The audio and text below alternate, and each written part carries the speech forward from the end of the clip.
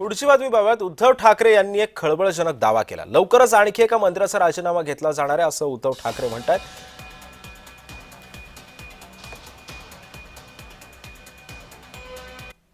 कालच एका मंत्र्याचा राजीनामा झालेला आहे, आणखी एक मंत्री जायच्या वाटेवर आहेत, पण मुख्यमंत्री त्यांना पांघरून घालत आहेत, हे फार विचित्र वातावरण। ठीक आहे, राजकारणासाठी माणसं लागतात, पण ती माणसं कशी पाहिजे? कोणतं सुद्धा चालतील, ड्रग्सचा व्यवहार करणारे सुद्धा चालतंय।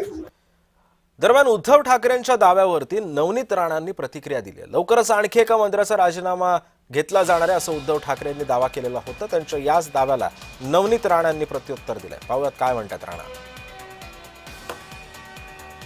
मला असं वाटते महायुती आहे आणि महायुतीमध्ये 3 पक्ष आहे आणि 3 पक्षापैकी ज्या पक्षाचे मंत्र्यांचा राजीनामा मागताय तर त्यांच्या प्रमुखांची जिम्मेदारी आहे की त्यांच्या पक्षाचे मंत्र्याचा राजीनामा घ्यायचं की नाही घ्यायचं। जर काही चुकत असेल तर अजितदादा सक्षम आहे त्या गोष्टीसाठी आणि अजितदादांनी त्यांचा जर राजीनामा मागितला तर ते देऊ शकतात।